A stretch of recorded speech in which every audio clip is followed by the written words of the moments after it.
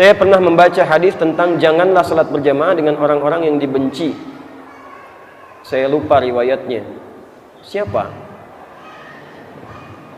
Atau imam dengan orang yang dibenci. Saya agak lupa redaksinya. Masya Allah.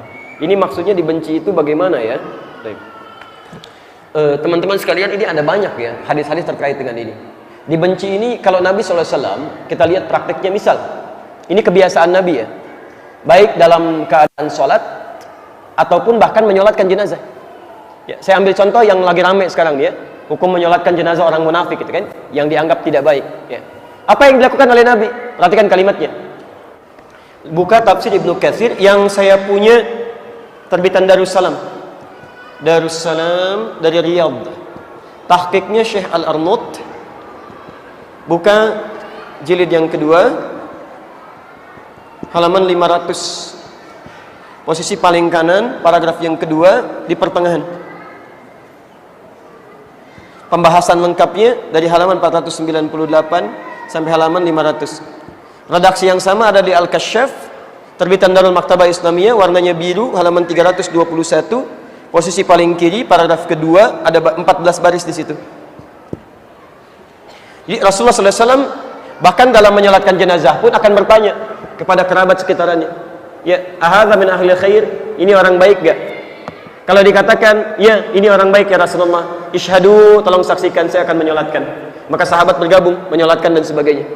Tapi kalau sekiranya bukan orang baik, ya, termasuk misalnya yang terlilit utang piutang dan sebagainya, maka Rasul kurang berkenan menjadi imam baginya, ya, tidak mau menyolatkan ya. Tapi mohon maaf, beliau dengan kalimat yang indah, lihat kalimatnya ya, saya tidak bisa menyolatkan orang ini, silahkan keluarga dan teman-teman yang lainnya yang ingin menyolatkannya ya.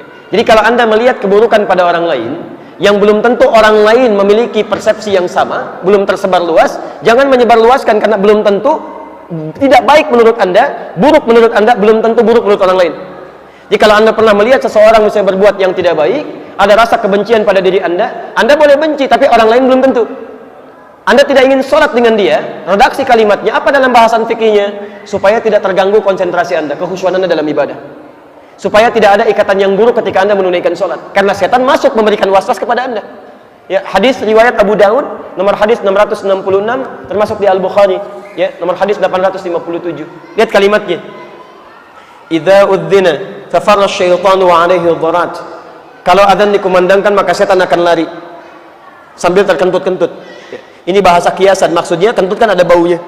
Jadi dia bukan cuma pengen nggak dengar adzan, dia pengen juga hidungnya tidak mencium bau adzan. Saking bencinya dengan suara adzan, dia pergi. Makanya antum nggak usah kaget, antum jalan dengan non muslim ya, tiba-tiba adzan berkumandang, Allahu Akbar, Allahu Akbar, non muslim pun bisa ingatkan antum, mas sudah adzan, apa mau sholat dulu? Karena setan sedang pergi.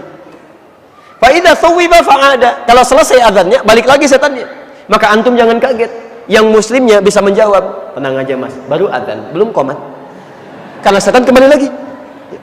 Fa idza uqimat, kalau salat sudah mau dimulai, masya Allah, lihat kalimatnya, fayaqulu udhkur kadza udhkur kadza. Jadi kalau Anda belum salat, masih berdiri begini, itu masih tenang, biasa aja, nggak ada masalah.